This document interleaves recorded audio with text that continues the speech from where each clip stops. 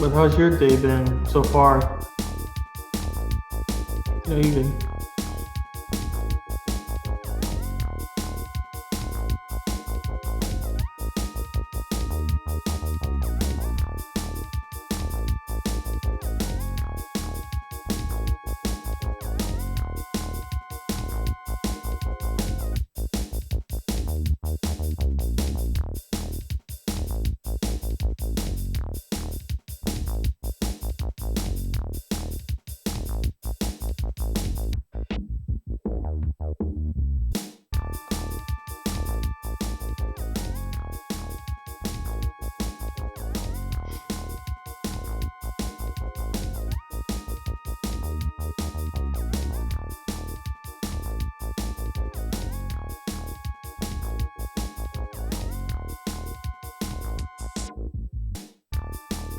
Good morning and welcome to Ed's World, where it's always morning, even in the afternoon. I am your host, Jay Edgar, and I'm joined today by show regular and additional Freedom Scoop contributor Wyatt Birkenhoff with his new setup over here.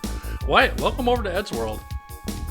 Well, thank you. Glad to be back.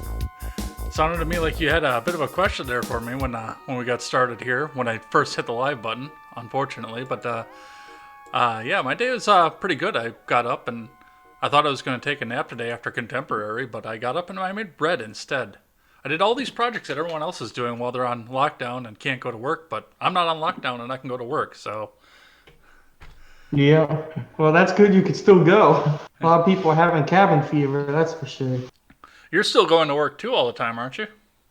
Yeah, I work grocery store cashier, so I'm still going. Let's get the live chat up here. I didn't get that going up here. Give me just a second to get that connected up here. And thank everybody for coming in and stopping by here. We've got a lot to get to today. But before we get started, I've been looking around and it's been kind of stunning, the things that we see and the things that we take for granted. I talked a bit about it on Contemporary this morning where, it's just, we lost so many of our old world values and we never thought we'd get them back. We thought it'd be more convenient just to get your bread out of your store, to go get your fast food every day, and to go get so many other things that we take for granted nowadays. And I went to the grocery store yesterday, speaking of grocery stores, and I went down the flower aisle to find it completely empty. The distilled water was gone, which sucks because I keep carnivorous plants and I have nothing to water them with right now. That aisle was empty. The eggs were gone earlier on. And the bagger told me that, oh, well, this must just be because nobody trusts the bread anymore. And I thought about it more, and I don't think it's that. I think it's just people are bored. And they're doing some of the projects that they've always wanted to do or try and never had a chance to do. So now I think. Go ahead. No, I'm saying I think I agree with you as far as that goes. I mean, one guy came through my lane, it was yesterday, and he had this giant 20 5-pound bag of flour, and that's what he bought. And I was like, so what do you plan to do with this? It's like, are you a baker or something? He's like, no, I'm just gonna bake a lot of things. Yeah. I'm like, okay. I mean, it's like people are just finding that type of cooking as like a relaxing type of activity to do in a time where there's not really much to do, if that makes sense. Oh, that absolutely makes. Yeah, go ahead. No, it's like, but eggs and I've always been out, but I've never seen a study or article or whatever it was saying that they have gone up by 22%. So it's like, yes, people like eggs for breakfast, but it's like I think people are just baking as far as a lot more than in the past. Well, I mean, when you go on to breakfast too, it might be a bit more for breakfast because what did people do for breakfast before we all went on lockdown? We all went out and got a McDonald's sandwich or a bowl of cereal or a protein shake or something on the way. Now that's, okay, I'm here for breakfast. Why not have an omelet or scrambled eggs or something else like that? Yeah, you could be right too. I mean, but it's just funny to see. It's like people are asking us at the store, like, when's the next egg shipment? When's the next milk shipment? I mean, that's like when we don't have them, we'll get that question almost from every customer at this point. So it's just kind of an interesting thing, and it really happened before because people just, as you mentioned it before, just kind of took it for granted them being there. So Anyway, we've got a lot to get to outside of grocery store conversations here. The coronavirus is ripping through our country, and I took down some case numbers and looked at a couple things. So we'll talk a bit about what's going on there, plus the stimulus package drama that went on through the week. And I've got a couple videos about what people had to say about what was going on with this and the president's reaction as well. So we'll watch that. 2020 is in full swing still, even though they're trying to hide it. So we'll talk a bit about what happened there, including Biden's gaffe-filled week and the fact that Biden also got Me Too'd. So we'll see what happens there. A Washington Post lawyer called, or I'm sorry, a Washington Post writer called a lawyer's mom over something he said on Twitter. I don't know if you've seen the Christensen video on that, but we'll talk a bit about what happened there. Finally, there's an oil war going on between Russia and Saudi Arabia, and I do feel like we need to bring it to more people's attention as we go here. So we'll look at what the gas prices might do, what this might do to our economy, and what's actually going on over there. It's going to be all of this and more over on Ed's World. Thanks for checking us out live. Make sure you go over and check out the Freedom Scoop Media group as well, where you can find Wyatt Birkenhoff's video series and his new live streams. We'll ask him about that in just a little bit. You can find other great creators like The Generational Gap and Stephen Ignoramus, The R-Rated Conservative, and a few more creators we have on the line to add to our repertoire as well. So go and check that out. You can find us streaming live also on YouTube, DLive, Twitch, Facebook, and Periscope for Twitter. We've got more platforms than a 70s disco here, folks. So go and check us out over there. And if you can't catch us live, you can always take us on the go, either on demand on YouTube or over on BitChute.com or on the audio platforms, iTunes, Stitcher, and Google Play. Hey, make sure, if you're on Google or iTunes rather, leave us that 5-star rating and a good review. That helps us move up the charts. It helps us overcome Apple's algorithms. After a lengthy introduction, it's time to find out about the best part of Ed's World. You've been here a few times, but some of the people are going to be new here, so tell us a bit about yourself. Yeah, so obviously I'm Wyatt, and I'm a college student as well. And I don't think this happened when I was on your last show, but I'm going to be transferring to a 4-year university in the fall, so I won't be a community college student for too much longer. So that's kind of an interesting new tidbit what's going on in my life from when I was on your last show. But I have a YouTube channel, and my YouTube channel was formerly a school project where I kind of talked about like mental health type of things, but now it's more turned into like a news coverage slash like interesting things I like. Mm-hmm. So it's not all like current news. I kind of wanted to expand the channel to include several different components than just politics as a whole. Mm-hmm. But obviously, I'm interested in politics and I follow it regularly.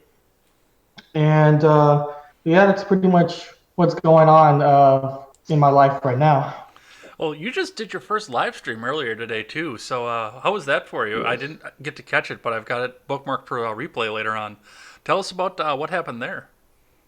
Yeah, well, it was like, so a few days ago, I was just like going around YouTube, just looking at my videos, and I was kind of seeing which ones got like more views because I was trying to think of like what people are like from the videos to try to figure out if there's anything like in common. Mm-hmm. But I pressed the creator studio thing and saw like the go live thing. So I was like, you know what, I'm going to try this. So I tried it on private just to kind of see, and it was kind of easy. So I'm like, well, okay, this is not as hard as I thought it was because I didn't really try it before. So then I was like, okay, so what do I want to do it about? And I was looking on the news, and there was nothing on the news but coronavirus. So I'm like, well, I think that this is the topic. It's just what exactly do I want to do with the coronavirus? So I'm like, well, why? Then I was like, well, why don't I try to understand the bill that just got passed? Because really, there's a lot of articles, but there's not really that much detail about the bill. So I'm like, well, maybe I could try to find something with not really being shown what's there. And so I kind of got that idea. So I got a whole bunch of websites, kind of like what Stephen and Ramus does from Freedom Scoop, and kind of like use the websites as commentary to what I was going to say about them. Yeah, kind of like what I do on Contemporary, too. And what you do on Contemporary now, yes. So that's kind of what my approach. So I kind of merged what y'all two do together for the live stream. And really, I was afraid I wouldn't have too much to say. Like it would be quiet in parts, but I was just kind of like, okay, I'll just go for it. So I did. And I thought it went pretty well. There was definitely moments where I was trying to kind of repeating myself, Hmm. but it's something that obviously can I can work on in the future. But it went a lot better than I thought it was going to go. So there is that. Yeah, and you'll get that too. You'll get it along. And I noticed too, I was a little bit stuttery the first time I did contemporary. And, once I got into the groove of it and got used to being up that early in the morning again, I worked second shift for 5 years. Once I got used to being up that early in the morning again, it's starting to flow a little bit better. But, once you get the rapport with your audience and, you get used to them, having them around and everything else that they have to say, it'll come to you. It'll do really well for you. I think you're going to do great with that. And that's having not seen your live stream yet. But speaking Yeah. of the live chat and getting used to them, before we get into topics here, we're going to check in with the live chat here. So we have got over on YouTube, looks like we've got Nephilim Ninja says hi. Sergeant Peterson's over there as well. Saint is shown in, says good evening. Nephilim Ninja says, I love bread, but whole family seems to be becoming really gluten intolerant. That guy does have a point. I think it's gloss phosphate. That could be. But luckily, thanks to celiac disease, we have plenty of options to get you around bread allergies and gluten intolerances now. So you still have the opportunity to bake. Just watch your times because sometimes it doesn't turn out that way. And for those of you who are watching this over on Facebook, if you're catching back up with this, head on over into one of the links that's in the description above you there because we can't see your live chat if you're on Facebook. And we want to see your live chat. We want to sit here and talk back and forth with you back and forth with you as well. So head on over, get in the live chat here, and we will check back with the live chat in between topics.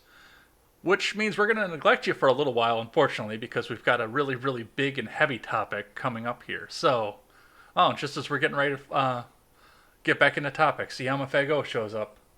Welcome on in, John. How are we doing today? All right, so let's get into coronavirus. So the first thing that we are seeing, and I talked about this morning on Contemporary, is we're at 750,000 cases worldwide at this point, and the U.S. leads cases, confirmed cases right now. Whether or not you believe China's rhetoric or not is on you, and I encourage everybody to go out and find all the facts and make their own conclusions, as I always say. But I mean, it's not looking good right now, and of course, some places are flattening off the curve. But what have you seen so far on case numbers and just how fast everything's advancing? Yeah, the big news what I kind of see from it is kind of like a Ben Shapiro type of take. If you've listened to his show in the past like week, he's kind of said the same thing over and over. But he's like, the more tests what are done, the better to understand like where the virus is and what we can do about it, so to speak. So it's like the more I see the numbers rising, more I'm kind of hopeful to figure out like exactly what to do.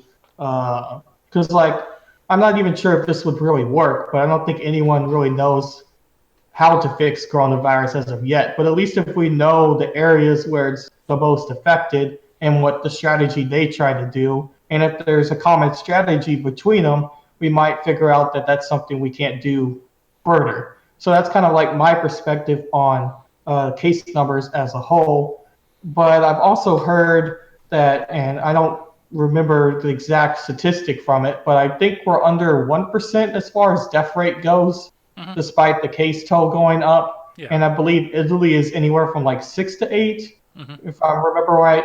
So it's like the U.S. as a whole is better than Italy as far as death rate goes, but obviously we have more cases, even taking into account as being bigger nation. Like if you take per capita, I Mm-hmm. believe we're still bigger than what Italy is as a nation. So I think the large number, it's hard to really figure out how many case numbers there actually are because it's like even though we have numbers, you know that there's more. So it's like every time I see a new number getting released, I'm like, yes, we know that now for sure, but that's really not the whole scenario. So that's kind of my thoughts on that whole situation. And I gotta say out to the audience here before we go along, if you're not watching this over on D Live, I just checked this chat monitor here. You're missing out on Ron Helton's sticker party, and he has got quite the sticker party going on over there. Sergeant Peterson even decided he was going to come in with that. So, thank you guys, and I'll pop the chest here towards the end of the show. So if you're not on D Live and you want some of that sweet cryptocurrency, I suggest you get on over there.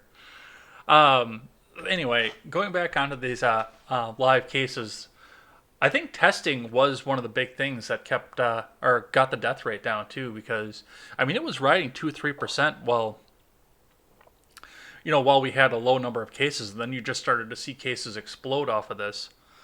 But obviously now we can see the death statistics and people can tell who died from what based on the autopsies that are being performed off of this. I do find it a little bit weird that everybody who's died that's prominent recently has been attributed to coronavirus.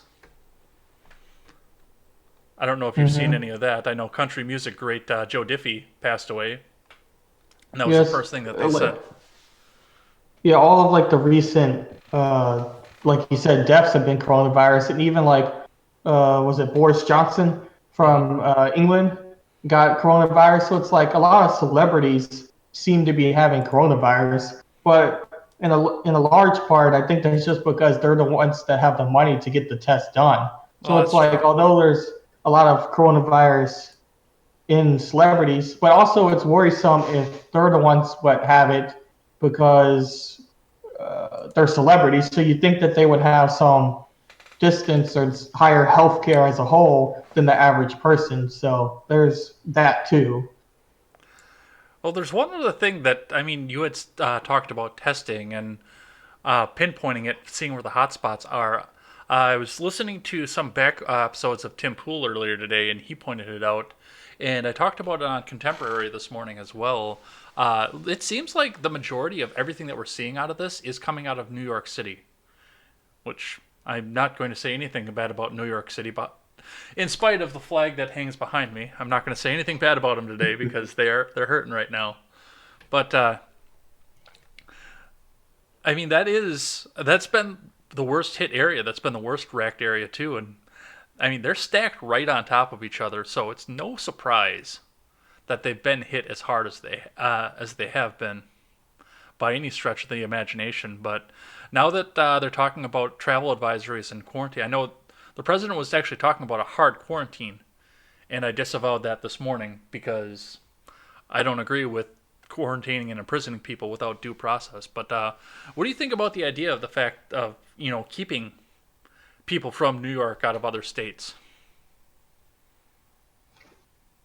I know other that's than the been obvious? highly, yeah, I know that's been highly debated because I remember that there was a story essentially of New York people wanting to travel to Florida and Florida not wanting them to come into the state as a whole for potential coronavirus carrier or even coronavirus victims due to not knowing for sure with testing. But it's weird to say that one particular place shouldn't be allowed to go anywhere else because that's kind of which is say unconstitutional to Mm-hmm. really like isolate one part of the nation from everyone else. That being said, from a statistical point of view alone, you would think that that would be the best strategy to do as far as trying to isolate where the main cases are. But from an everything else perspective, I guess you would say a moral perspective, I just don't think that that should be done or can be done. Uh, but based off of just morals alone, really. And now that I'm actually here and getting to hear you a bit in real time here, do you have microphone volume control? Can you turn yourself back about 10%? Yeah, You're let me peaking see on my here. end. So uh, anyway, so one of the things that going back onto I mean, isolating New York off. I know some of the National Guardsmen that are around the area have actually been talking too about making roadblocks going between states. Now, I understand the fact that yes, we can restrict travel between countries, and that's something that we do. We see some of that in the Schengen region over in Europe, also trying to curtail some of this. But I mean, you never thought that you'd see this from state to state, any sort of interstate commerce. But I mean, going into Rhode Island, people are the National Guard is catching people coming in and having them show ID to make sure they're not from New York. And I mean, tractors, trailers can pass through, but nothing else can go and pass through at this point. That's a scary thought. That's some definite martial law shit, especially if the National Guard is enforcing it. Hmm. That was a large concern I remember hearing very early on if the right approach was letting the states decide what to do about coronavirus, because each state is doing something different Mm-hmm. relative to each other. Like you have Texas and Florida who are not really doing very much quarantine as a whole compared to New York or California, which is almost all self quarantine. And you're seeing mixed results from both, but the biggest concern was by allowing each state to do something different, is that going to make the situation worse because there's not a solid control to have. Like in experiments, you don't have 18 different variables. You only have a few variables. That way, you can control kind of what happens in it. Mm-hmm. So there was a lot of talk about that. And I think as a whole, I think giving it to the states is something I believe in, because I do think that states know more about the state than the whole nation knows about it. But that being said, for something this big, I'm not sure if that was necessarily the wise decision. Well, the other side of that is, I mean, where I live in Wisconsin, I'm sure we would love to have the ability to keep some of those dirty Bears fans out of our state. But that's another story for another time. So I don't definitely given what New York has done. Not necessarily what they've done. They couldn't help any of this, but given the fact that I mean they've been hit the hardest with this, I think it would make sense to keep them under some sort of lockdown for maybe 15 more days or so just to see if any of this clears out. But I mean, if you need to go to New York or something, or you want to go for whatever reason, as long as you know the risks, you should be free to do it. And coming out, well, that's on states to figure out what they want to do about it. I understand that entirely. But it's interesting as well to me the fact that this is happening in New York and not so much in California, especially Los Angeles. And I looked at the comparison of the numbers between New York and Los Angeles today, or New York and California, I should say, which Los Angeles would be included in because they don't have any citywide stats, but they have statewide stats. And California barely has any cases active right now, in spite of the fact that they've got a great medical apparatus. I mean, they are on a hard lockdown too, but I mean, it doesn't seem to be spreading there. So maybe there's some merit to what Shapiro said about the fact that the heat could kill this thing. It may not be. It may actually only thrive in cold and flu-like weather. I mean, it's cold, rainy. It's still northern hemisphere. I don't know what it's like down there at all, but I mean, here in Wisconsin, it was 50 degrees all day. It's rained all weekend. It was 40 to 50 degrees all weekend, and that I mean that's prime flu weather. Yeah, that's what my dad has especially said. He was hoping that the warm weather, especially in the South, would kill the virus here at least, just due to that alone. And that might happen before even a vaccine would get released, because we all know that vaccines don't necessarily take a couple of months. They're rather a year at least type of solution. And even with a vaccine, we don't know necessarily the successful rate from it. But as a whole, I do think that warm weather could kill it, but it's not something we can necessarily rely on either. There needs to be a better solution than just relying on something you don't know for sure. Oh yeah, But absolutely. it is a factor. So. Well, I know one of the things that was talked about with all of this was also the idea of perhaps going through finding a way to test people for the antibodies that have fought it off that were asymptomatic, figuring out what it is and maybe making a serum out of their blood or their antibodies. That's been discussed as well. But there we'd have Using to be able to the test who's had it, not necessarily who right, currently has it, yeah, because you want the dead virus, I would assume, or the helper T or cells the in the dead blood cells. that destroy it. Yeah, that's right. That's right. Yeah, yeah, that makes sense. I mean, that's a strategy I could see happening before a vaccine, even really. Hmm. But then again, like you said, you have to know who actually had it in order to be able to do it. But I don't see how that might be much of a challenge either. If you do testing and catch it early, you can ask for the patient's consent through that. I would assume. Well, I want to move off of this here because, I mean, this is something that's been discussed to death everywhere that we go.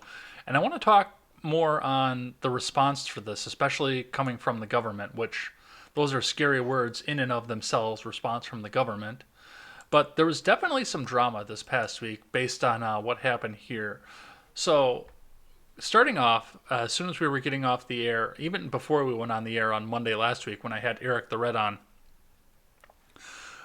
we had the drama coming up of we had no idea whether or not the House was going to get along with this. Over the weekend, Senate leaders had come up with a bill that they thought could pass unanimously right away, and even Senate Democrats worked on it. They wrote large portions of the bill that they voted down. And then, as we all know, Nancy Pelosi came storming in on Sunday and put the kibosh to it. Fast forward to Tuesday, now the House released a 1,400-page bill full of all sorts of things that had nothing to do with coronavirus relief. But I said right away in the beginning, once again, even before we went on the air with the last version of Ed's World, I said that this was nothing but a government shutdown all over again. In fact, I believe I said that. I believe that was my episode title on one episode last week. I think it was later on in the week I talked about it. Government shutdown 3.0 because Nancy Pelosi was going to try and starve the American people to get her pet projects into another relief bill. So going forward, the both sides argued it out, and a bill did originate in the Senate. I actually sent you the text of that this morning when you asked for it. Um, they hammered out a bill, and Pelosi did a couple modifications to it in the House, but it passed for one of the first times ever, at least in any recent memory. The bill for relief passed unanimously in the Senate. It was going to go Mm-hmm. to a voice vote in the House, and then a couple of representatives balked at that, so it actually went to a roll call vote as well, and it passed the House as well. So, where do you want to start on this? Ooh, that's a big topic to dive into. I guess you could start really at the beginning, even though I'll kind of fast forward because it's in the past as a whole. But when Nancy Pelosi kind of jumped in and tried to add all her extra ness to the bill, such as like the carbon emissions getting printed on an airplane ticket and the minority boards and all this other things you probably heard of if you read any sort of alternative media article in the past couple days. But going off of that, since it's obviously in the past, and obviously I don't think it takes a much smarts to think that that's wrong to do because Mm-hmm. it's taking advantage of people who are actually in need in order to get your agenda done. And I believe even some Democrats in the House were quoted on basically saying that this was their opportunity to get their agenda done. Well, and Uh, that's they that's actually exactly what I said when you said starving the people to get your agenda. That's why I compared it to the government shutdown. That was the exact right, reason I did because I mean this is exactly what Pelosi did on a larger scale because now it wasn't just government employees, now it was all people across the country. yeah, yeah. Yeah, so it's just rather evil to put, one word on the whole situation.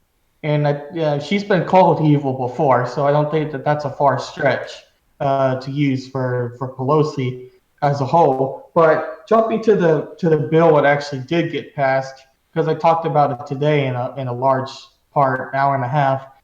Anyway, Bernie, it's weird to think that a bill did get passed with all yeses and no nos. Because as Ted Cruz said on his YouTube channel, he does with Michael Knows the verdict. Hmm.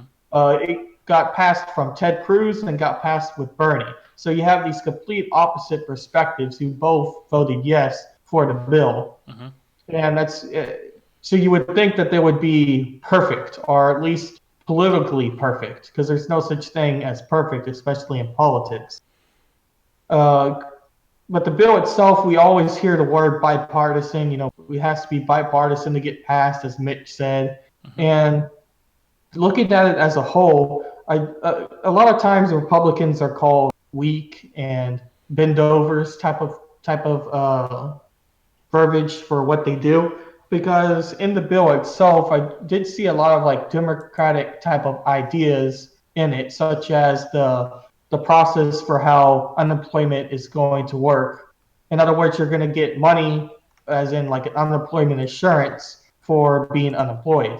That's a very like welfare type of idea, and Hmm. that's been largely a Democratic stance compared to Republicans, because Republicans have always been kind of against welfare as a whole because they believe it doesn't influence people to work. Hmm. People get lazy off of welfare, and they're kind of increasing it as a whole. And it's even including freelancers and contractors, which Democrats have talked about a lot in the past, and Republicans have always been against. So as far as that goes, I do think that a lot of Democratic stances were in the bill that the Republicans made in the Senate, even Hmm. though they both made it. But you get what I'm saying. Yeah. It was largely Republican Senate. So I do think that that's a good thing for them. But as a bill as itself, it's hard to really think about what I think of the bill as a whole because it's $2 trillion, which is a lot of money. Hmm. And obviously, it's hard to tell exactly what that's going to do to the country because right now the country is in a time of need, obviously. A lot of people are without jobs and they need the money now, which I tend to agree with as a whole. I'm not necessarily fully into welfare as an idea or this unemployment insurance as an idea. But then again, this is a time of need. And I do think that that was good that they passed it. I just don't know if it was good to include that amount, that much of money, Well, because that's going to put us behind, I think. Well, that's a big part of the problem that we have with this, as well as the fact that it was such a large amount of money that was coming off of this. And given the fact that the entire world's economy, it's not just ours, the entire world's economy is shut down. Styx has been talking about this on his videos. I usually watch Styx Hexenhammer about every morning. He's been talking about this a lot over the course of the last few days, of the fact that yes, this was a $2 trillion bill at a time where there is no world economy right now. There's Mhm. nobody has money to buy our bonds right now, nor would they. I wouldn't buy U.S. bonds right now, even if I had the money to do so. Actually, I do have the money to do so, and I still am not going to buy a U.S. bond right now because the economy Mhm. is sitting in a weak point. Nobody has the money to buy our bonds, so where are they going to get the money from? And the answer, of course, is they are going to print it. It's either get somebody to buy $2 trillion worth of bonds or print it out of thin air. Yep. You have to make it from nothing, so to speak. And obviously that's going to drive down the the what do you call it, the how much the money means. There's a better word for it, but I Inflation. guess you would say inflation, right? That's going to increase in inflation by far. And there's other things in the bill as a whole, like the stance for corporations, that a lot of media has kind of talked about as saying this is a corporation type of bill. This is a bill that's going to help corporations stay afloat. And if you're a Democrat in general, you're going to disagree with it. You're not going to like that. And Hmm. if you're a Republican, you're supposed to like it. But I don't think that many Republicans see corporations as evil. So they're just kind of bystanders to the bill as a whole. Well, if this bill is At going to least get my passed, this is what I have. I don't have a problem with money going to some of these corporations, especially the ones that are going to small businesses, to give them loans that are forgivable as long as they keep employees on the payroll. I don't like mm-hmm, the idea that they're spending that, but I like the fact that it is getting spent in that manner because that does mean that people will have jobs to go back to. And that's been one of the sticking points. I know the Democrats wanted to shoot that down to make sure that the businesses didn't get access because Mnuchin might give it to somebody we don't like, or the Trump family might be able to take advantage of some of this. That was actually, there's a line in the bill that says the Trump family is not allowed to take advantage of any of these funds. mm-hmm. Well, Yeah, they that was extended it to Congress as well, but yeah, which is good because a large part of and this is kind of a side note from the whole thing, but a large part of politicians have always been kind of targeted for doing their agenda instead of their people's agenda. In other words, they go into politics to please themselves rather than to help the people they're supposed to be helping.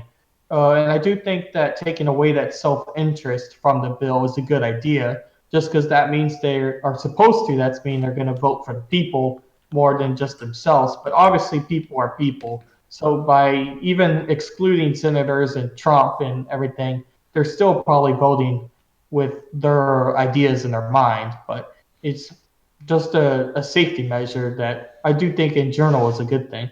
Mm-hmm. So, and like I said, to give the people the opportunity to go back to a job,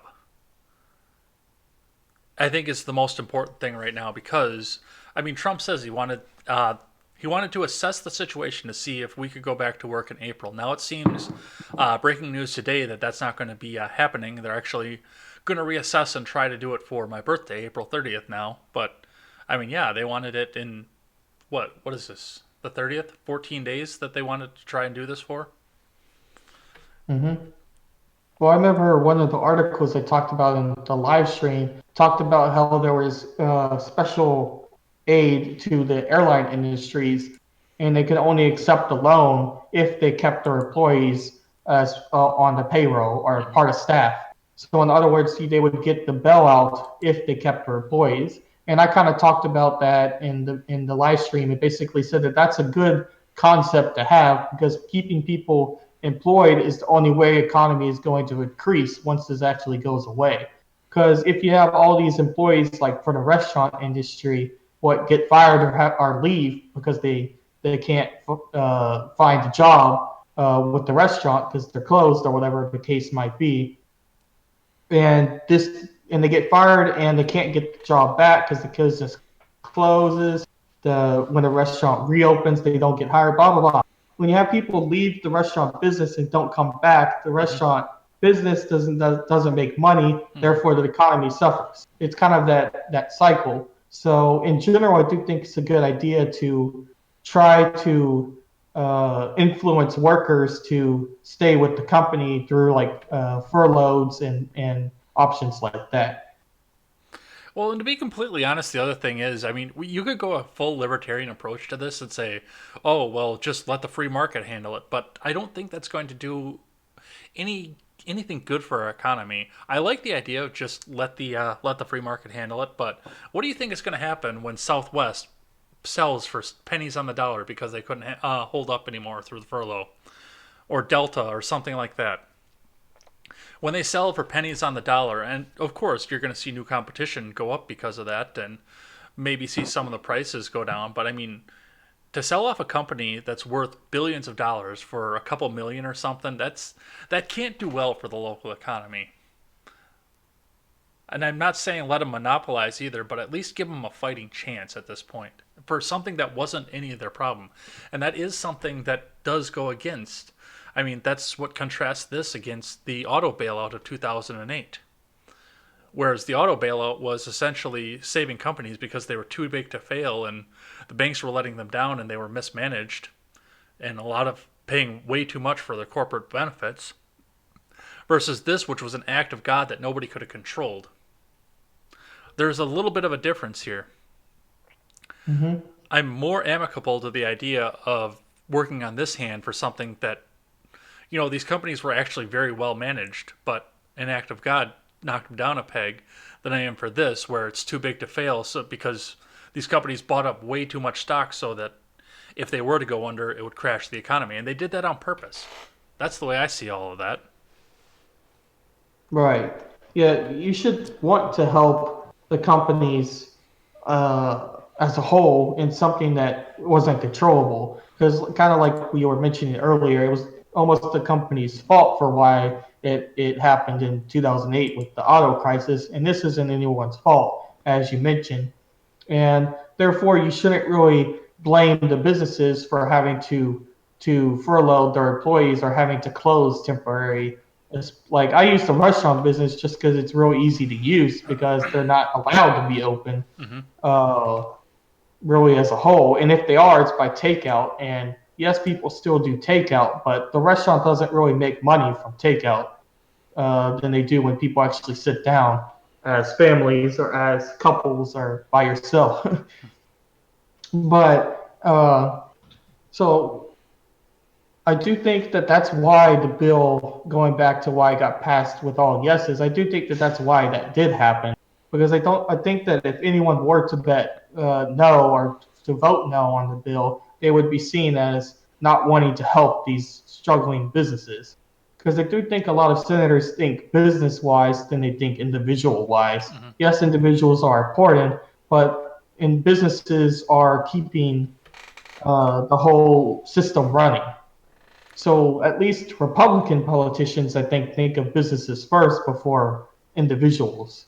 And in general, the Democrats kind of get the role of the poor, even though a lot of people have kind of bugged the Democrats about that title as of late, as a whole, and what they've actually done for the community. But really, that can go all directions.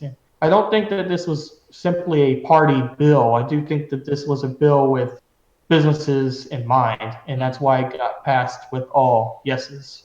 Well, and that's interesting to think of too, because yes, restaurants are able to operate on takeout. You're absolutely right, and some of them did not open because they didn't make enough takeout to keep the lights turned on, to keep the grill turned on every day. And I'm talking like the small town places, like the couple restaurants in the town that I grew up in. I don't know if either. I know for sure one of them was not able, or the boss decided that she wasn't able to keep open based on what takeout would be, because it wasn't enough of her business model. But the other side of that too, I mean, takeout is a small fraction of what people pay for in a restaurant, especially once you take the social aspect out of it. I mean, yes, you can go. I mean, a guy can get a date, go with a girl back home, get the takeout there, and I mean, it's done at that point. Once the order's done, it's done. Whereas if he's sitting in a restaurant, he will spend his entire paycheck if he thinks that there's a piece of ass of it in the end. Mm-hmm. Sorry to be crude in There's a front of you lot. there, but No, no, but there's a lot to the atmosphere of a restaurant, and that's kind of how restaurants make money mm-hmm, as a whole. And that's why I know, like Governor Abbott for Texas passed a bill allowing restaurants to sell alcohol as part of a takeout mm-hmm, policy, which was supposed to help revenue to restaurants because alcohol is almost purely profit compared to food. mm-hmm. And I do think that I know it's helped several local restaurants actually, but they're still struggling to really keep the doors open or to keep the minimum employees they have still working. Like one person came through my line who was a manager at a restaurant nearby, and she was basically saying that they already had to furlough, like I think she said 60% of their workers, Mm-hmm. and they only could operate 2 days on takeout compared to like every day or the weekends Mm-hmm. in order to at least pay the bills to the place, and they're not really making any profit from those days as a whole. So even those additional bills, like being able to sell alcohol, isn't helping restaurants as much as they need it to. Well, in the interest of time, I kind of want to move out of this topic here, but I did want to get your take on one last part of the stimulus bill because it's been talked to death so far this week.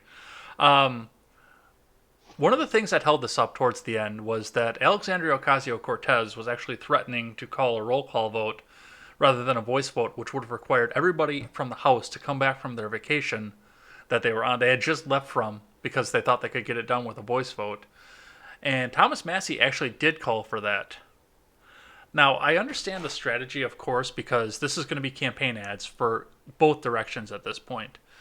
They wanted to see whose name was going to be attached to this bill. The Senate did it unanimously, but the House needed to see whose name was going to be attached to the bill so they could use it for campaign ads going forward. I think that's why he did it. But what do you think that he did it for? I think that's a valid reason, but I really didn't think of before. But I also think he simply could have done it just to delay the process as a whole. Because although they did already vote for it, I do think that there's a lot of guilt from these politicians like AOC that want to get their ideas in the bill regardless of what it takes. So although they said yes to it, they don't really wanted to have said yes. They want to say maybe and pass their agendas and get it done. Because a lot of with AOC especially, she's very progressive as a whole. So that's kind of my theory to the whole thing. I don't. I just think that they wanted it to be delayed and maybe delay it enough to where they would have to go back and remake the bill. Well, speaking of AOC's agenda here, let's watch this little video that I picked up of her complaining about this after the fact. It's about a minute long here, so if you got your monitor ready. Mm-hmm. I represent one of the hardest hit communities in the hardest hit city in this country, Queens, New York. 13 dead in a night in Elmhurst Hospital alone. Our community's reality is this country's future if we don't do anything. Hospital workers do not have protective equipment. We don't have the necessary ventilators, but we have to go into this vote eyes wide open. What did the Senate majority fight for? One of the largest corporate bailouts with as few strings as possible in American history. Shameful. The greed of that fight is wrong for crumbs, for our families. And the option that we have is to either let them suffer with nothing or to allow this greed and billions of dollars, which will be leveraged into trillions of dollars, to contribute to the largest income inequality gap in our future. There should be shame about what was fought for in this bill and the choices that we have to make. Now, one of the first things that I saw in that video when it first came to my attention was somebody pointed out that she had overacted so hard on that, William Shatner would look up and say, "Hey, tone it back, girl." But Yeah, realistically, go ahead. no, I was just saying her arms on that video is like, oh man, I couldn't help but to look at the arms. I wasn't even listening to what she said for like the first 15 seconds. Anyway, go on. Well, honestly, I mean, she's overacting no matter what. But to be completely honest, the arm gestation that she's swinging her arms around like that, the over gesturing that is going on there, that's actually not that uncommon for where she grew up. Having lived in the American Northeast, I mean, they do it to a lesser extent in the Boston area where I used to live, but think about Westchester and the amount of Italians that are there as well. So I don't think that was necessarily overacting, but she was trying to get her point across. And I mean, it does kind of show as well that maybe she is just a paid actor. She's not actually there to be a congressperson and doing what her handlers tell her to. Yeah, she definitely has opinions. It's just they seem a little random, I would say. Plus, she's got the attention span of a goldfish. Yes, 3 seconds. Nah. I mean, as far as what she said, it's kind of what I talked about a little earlier with like talk of how like corporations got the second most amount of funding to the bill behind individuals by not too much of a estimate. At least that's what NPR estimated. I think it was like 500 billion for corporations and like 600 for individuals, and that's kind of what their numbers were. And obviously, that's maybe not the factual behind the bill because it's an estimate. Mm-hmm. But anyway, long story short, that corporations got that much money has always been like a Democratic talking point. But I myself don't really see that as being a bad thing because, as we talked about earlier, with like the airline industry and corporations like restaurants as a whole, it's important that they stay afloat and keep their employees employed in order for the economy to recover faster or to recover at all from how far it's gone down. Well, we're gonna leave it at this point here, but I want to move on to. I got one little quick hitter before we move into the other big news story that goes along with the COVID right now. Just one little quick hitter here, and that is the fact that with the money that came out of this, there was a $50 million, or was it $25 million? I'm sorry, $25 million grant to the Kennedy Center for the Performing Arts, the John F. Kennedy Center. After they got the grant, the Kennedy Center advised all of its all of its musicians that they were not going to be getting a paycheck at all, and they needed to go home and hunker down for themselves. So, did you see this story at all? I didn't see this story. Well, I'll say that I knew that part of the Nancy Pelosi bill, as far as funding the center and along with other parts, but I didn't necessarily know that was a part of the past bill as far as that goes. Yep, that got into the final bill, and yes, they laid off all of their employees. As soon as the bill passed, they laid everybody off, not Woohoo! paid. Yeah, So, what was that $25 million for? Is for that the pockets.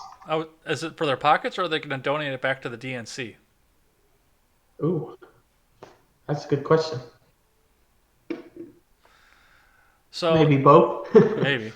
The other big piece of news that did come out of this, of course, was the fact that Trump has been on fire. He's had a daily press update.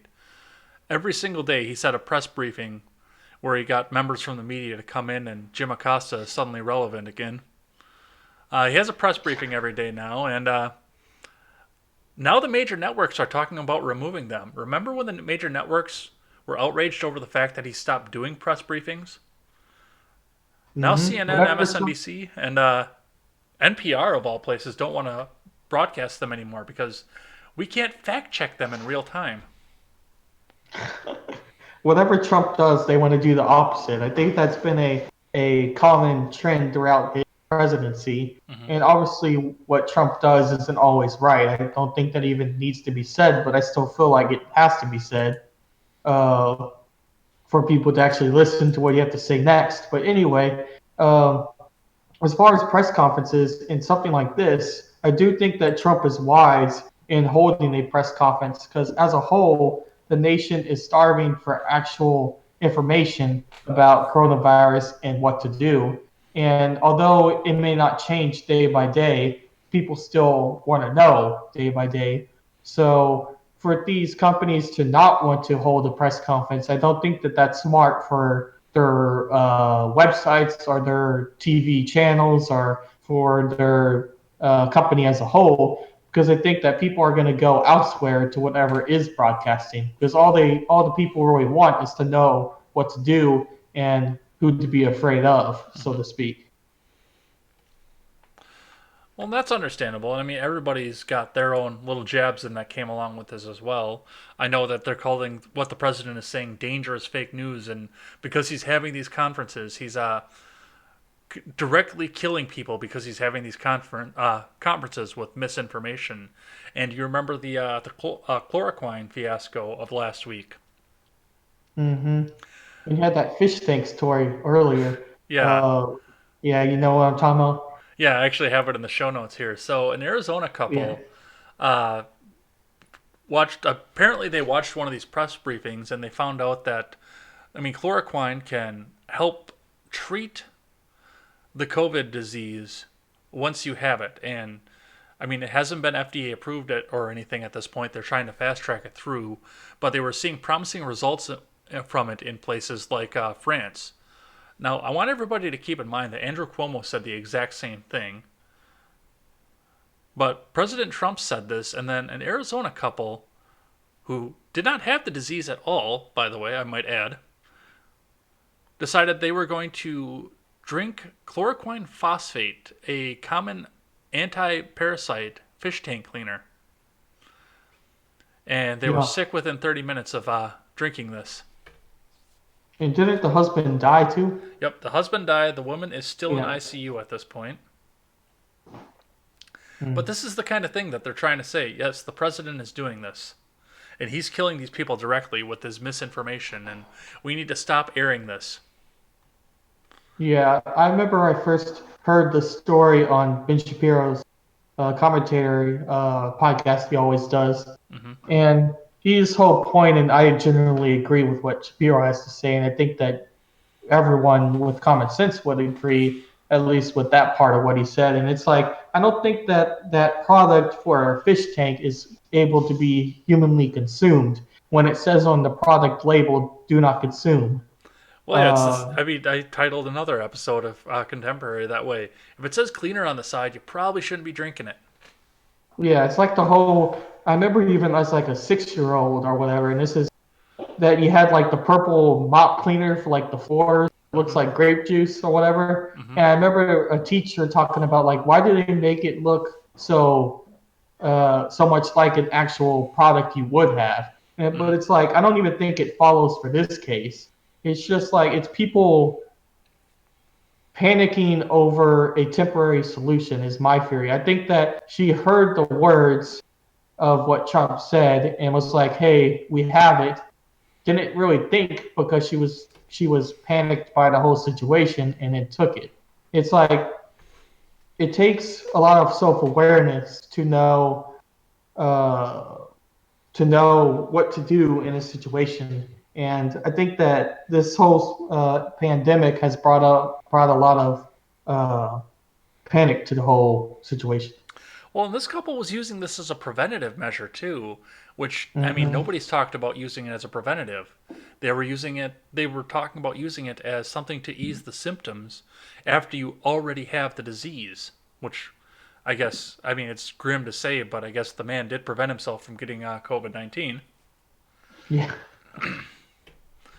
Possibly yeah. I the mean, worst way he could have done it, but the whole situation doesn't even make much sense.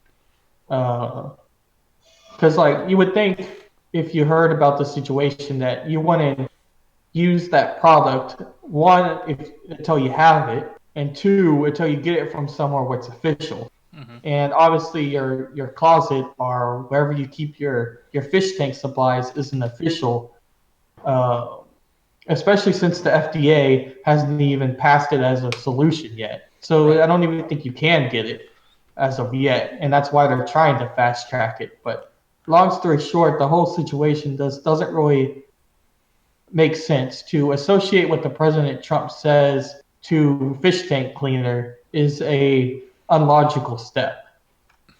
Well, Chuck Todd had something to say about this here. I got that queued up here, which has caused a lot of controversy against Mr. Todd. So Good old Chuck Todd. let's see what he had to say.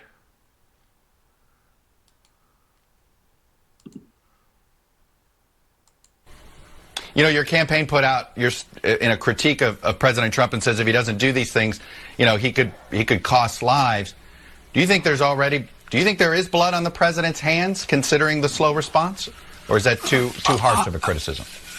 I think that's a little too harsh. I think what's happening is the failure to, as I watched a prelim to your show where someone said that used the phrase that the president just thinks out loud. He should stop thinking out loud and start thinking deeply. He should start listening to the scientists before he speaks. He should listen to the health experts. He should listen to his economists. He should, for example, the United States Congress passed a significant piece of legislation to help deal with the incredible financial crunch that's going to affect working families and all families, the whole economy. So we should be right now thinking about how do we get those small business loans out the door? Because right now you're not banks. That's not the strong point of banks, focusing on getting small business loans out. That's for most of the employees. He should be focusing on making sure we're in a situation where we're able to see to it that unemployment benefits can get to people. What's the IRS doing to get those $1,200 checks to people, et cetera? That's where the focus should be, and it should be laser focus. So even Joe Biden tells you you're too extreme. You're probably just a little bit too extreme at that point. Yeah, just a little bit off the edge. But this is the kind of thing that's driving the idea to take these briefings off the TV, which they've got huge ratings on top of that too. I know that I'll be talking about it in the morning, but that's been one of the big things that they've been talking. Well, the president's too proud of his ratings and it's dangerous, and cry me a fucking river. You guys tried to get him to bring back the briefings when he stopped them, when he just started doing impromptu press conferences when he was walking to Air Force One or Marine One. You wanted the formal thing back again, and now you don't want this. President Trump can't do anything right, is basically their perspective. Mm-hmm. It is Trump derangement syndrome on the massive scale. So Yeah. No, go on. anyway, I was going to move off that topic. If you had something else to add before I went on to talk about the stock market here. I mean, besides that, Joe Biden, as you kind of already said with Chuck Todd, but if like Joe Biden is telling you that you're gone too far, you should stop saying what you said. You're kind of know that you're lost hope as far as that goes. But even in that little clip, I was just going to say that Joe was stumbling, and that just that little clip of the highlight of the video. So it's like it's just weird to think that Joe Biden is going to be the candidate going against Trump in the election if the election happens when it's supposed to. But anyway, Oh, I've got my extra large bowl of popcorn, and we're going to talk a bit about that here in a second here. What I do want to talk about is I know I read stocks every morning on Contemporary. I never thought that I was ever going to have a show where I read stocks in the morning, but I read stocks every morning on Contemporary, and I took this graphic from Google's finance coverage. It appears now we're looking at the fact, and when we started out, I read from Investors Business Daily that they didn't know what stocks were going to do today. Now that they had the weekend to think about it, and they had the idea that the checks were going to start coming out. And it looks like there was a little bit of a dip. Stock started above the previous day's close, Friday's close, and they dropped below the close for a second, but they just had a pretty steady growth all throughout the day. People are starting to think and maybe realize it might be okay at the end of this after all, and things are starting to bounce back. We are out of bear market territory, just barely, but we're out of bear market territory right now, which I think is going to be a good thing. What do you think about that? well, I think any positive stock market is a good thing to have. Mm-hmm. And obviously, I don't know too much about stocks as a whole. It's something I've wanted to kind of learn more about so that I can be more educated on the stock market as a whole. Um, but from the little I know, it's good to see a positive reaction. And I know that it went up when President Trump started talking about the potential for jobs to come back, because at that point, the stock market was really down low because there wasn't even talk of when jobs might resume. And the fact that the pure hope of jobs being there in the future made it go up, because in short term, stocks are a lot about the potential for what's going to happen than what actually has happened as a whole. But like I said, from the little I know of the stock market, about the stock market, it's good to see it going in a positive direction. Well, and I mean, the stock market isn't the economy. When the economy and the stock market were both going up, the Bernie Bros were very quick to point that out to you. And I mean, broken clock is right twice a day. And they were right on that. The stock market does not affect the economy, but when the economy is good, people are buying stocks because they want to get invested into companies that are either going to be around for a long time, such as investing in Nvidia or AMD or Amazon or something like that, or they do want to get cash out on getting in behind a startup as they're going up and investing in that and then collecting the rewards at the end. So Mm-hmm. yes, no, it's not exactly the economy, but it's a good measure. It's a good measuring stick. Right. But I've also got one more graphic going back to the idea of these press conferences here. Let's get that queued up here. Because our polling numbers for approval rating for the president have done something that nobody ever thought the aggregate would see. I gotta turn studio mode off to read this because I'm old and I'm going blind. According to the RCP average, after they averaged everything out today, the president is at a 47.3% approval rating. And for the first time in the presidency, the disapproval rating has dropped below 50%. 49.7 disapprove, 2.4 spread. And of course, what's holding his approval rating up right now, as you can see from the graphic, Harvard Harris is up at 48%. ABC News of all places at 49% approval rating. The Hill's got a 50%, and the Gallup poll, which I talked about on Contemporary, is at 49%. So yes, we had the positive idea, of course, that 51. I think it's now 53% of people polled say they approve of the president's handling of the coronavirus, and that is spreading down into his general approval polls, which is amazing.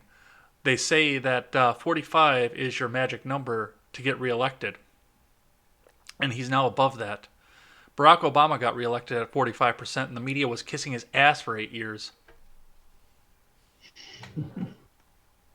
Yeah, the President Trump definitely doesn't have that as far as media goes.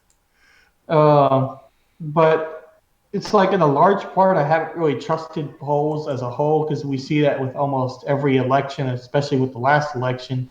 Polls don't really mean a whole bunch because Bernie was winning a lot of places and Joe Biden ended up taking home the bread as far as that goes. But approval rating is slightly different than voting polls as a whole. So as you said, with the 45% number, it's looking more and more, especially as people are starting to agree with President Trump's strategy for coronavirus, that his potential to get reelected is starting to go up. Because at one point it was starting to go down because people didn't think he was handling coronavirus right. So I know that my dad a lot has talked about how coronavirus could be Trump's uh, number one enemy as far as going into the election. But if people are starting to see his input into coronavirus being a good thing, it may become his friend, and it being the thing what makes him win re-election compared to other issues it might be if we didn't have coronavirus going on. But approval ratings as a whole are slightly more important than just the average poll, but I don't necessarily believe in it fully. Well, and one of the things too that I had to point out to somebody on Twitter, I had pointed out to a lot of people on Twitter the other day. 51% of Americans was trending for a while, and I opened it up to see what the hell it was. And it turned out there was a bunch of people that were outraged over the fact that the polls were saying 51% of Americans approved of Trump's handling of the coronavirus, which, of course, it's Twitter, so it's inundated with Bernie Bros and other sorts of Democrats out there, which they hate the Young president more gang. than anything else. But I Yes, found yes. it funny, of course, that a lot of the same people that were bitching about the fact that 51% of the Americans approved of the president's handling of the COVID were the same people that said that if a poll said that 53% of Americans wanted to see the president impeached and removed, that meant that 53% of all Americans wanted to see that. And now they've suddenly decided or figured out what a sample size was. They finally read down past the charts and saw that, yes, this is 1,000 people polled. Yeah, this isn't all of America who's been polled. It's not the census what goes as far as the poll information. Mm-hmm. But that is very funny that you mentioned that. I wish I would have seen that on Twitter when it happens because that would have been a pretty good tweet to send out. But it's past now. Twitter goes too fast Oh for my me God, it's sometimes. like lightning at this point. I read on Tuesday. I But read the Twitter trends on Contemporary. On Tuesday, I mhm. read those. I just go down the list. I don't plan it or anything, but I look before the show to kind of get an idea what's going to be there. And all three times I've read it, they've changed from the beginning of the show to the end of the show. Yeah, it's crazy just how many people are on Twitter and how political Twitter really is. And it seems to be inundated with people who think the exact opposite than what I think Mm-hmm. almost every time. I remember there was a lot of anti Tulsi Gabbard before she ended the race and early on in the election cycle for like the Russian bot. A lot of people were like, "Oh, she is a Russian bot," and then it came out that Bernie Sanders was a potential Russian bot and other things. And they were quick to say that no, he wasn't, and that they were going to vote for Bernie because people are saying that he's a Russian bot. No, he's not. He's not. These were the same people, and Mm-hmm. it's like you're getting the information from the same websites and from the same people that both are Russian bots. So Mm-hmm. it's like you have to believe one thing, and I do think that Twitter is a great place to kind of figure out what people's true motives are. Well, but Twitter isn't real life either. You have to understand that No. as you go along because that's the biggest. It's like 2% of America is on Twitter, And it's the same Yeah, thing with yeah, Reddit. It's all 2% of people are going on Twitter because they're Bernie bros and the media is ignoring them and they need to get their shouting match out, is what Twitter is. yeah, yeah. And it's a dumpster fire on top of it. But that's It all that I does have give a on few that for good right now. laughs. What's that? I said it does give a few good laughs, though. It does. That's all that I have on COVID for right now, though. Let's go check in with our horribly neglected live chat here. We left off with Iyama Fago. Nephilim Ninja has a wave. Ron Helton had a sticker party out. Nephilim Ninja says, bigger the number, more likely it mutates into less deadly. German outbreak seems less deadly. Ron Helton says singer-songwriter John Preen is in critical condition. He is in his 70s. The sooner they get the ability to test into more clinics and doctors, the faster they can advise the infected to isolate. Looks like Ron Helton also plans on staying in for a week or more, just local runs here unless they get a better handle on the tests. R-rated conservative showed up. Welcome on in, R-rated conservative. Nephilim Ninja says outside LA about 50 miles. We haven't had a lot of rain, or we've had lots of rain rather in Cali, mixed with lots and lots of sunshine. Wash it down, then sterilizing it with light. Maybe that's the key, and we might start to see the fact that getting warm might kill some of this off. Ron Helton says check your Discord. I put links for the cases in LA and NYC for you. I'll check that. I've currently got Discord occupied right now, so I'll check that afterwards. Thank you for that. LA County is broken down by cities, and Los Angeles is broken down by neighborhood. New York City is broken down by boroughs. Nephilim Ninja says big retails are boarding up windows, and it's kind of ominous. Looks like you got yourself into the chat here a little bit while we were probably watching a video here. Ron Helton says it's raining and cold outside. Didn't slow my hens down. They laid an egg apiece, and then he had a sticker party again. Same thing about Trump is sometimes he says or does the right thing, then allows himself to be pressured to change his mind. The bureaucrats failed at their jobs. Those retirement entrenched employees at the CDC, TSA, and all the other alphabet soup agencies. That's true. Doesn't matter who the president is, the government sucks. The government cannot protect us. And another sticker party. So let's go on to 2020 since we spent over an hour talking about COVID. Yeah, that's kind of expected. It's all what's in the news. Well, I mean, Almost. up until 3 weeks ago, we spent over an hour talking about 2020 Watch, too. But now Sure, there's yeah, almost nothing yeah. going on over there. So the first thing I have on this is Biden and the Bernie fans just continue to pick at each other at this point, and I am looking forward to seeing a contested convention. The Biden fans think that Biden has sealed it up and that Bernie is an evil, which he is, and I pointed it out this morning that he has done nothing but badmouth the Democratic establishment and the people who vote for them for his entire career up until he started running and he wanted their votes again. And of course, the Bernie fans think that Sanders is Messiah and he's going to walk on water all the way to the victory. So I don't know if you've been paying attention to Twitter or Reddit or anything like that, but have you seen any of this? These two camps picking at each other? Yeah, I've seen a little bit of back and forth between the two, with mainly the Bernie being the main people I see, because a lot of Bernie supporters are like the whole election thing was rigged. That's the most common thing I see from them. Like Joe Biden didn't win these states. The whole system's against Bernie. The Democrats don't want him to win. And I'm like, well, there might be some truth to that. It's like it's a lot of overstretch to it as a whole, and obviously that's Twitter. So it's hard to tell the real opinion of somebody on Twitter because it's a lot of overexcitement and over stating what they actually want to say because it's social media too.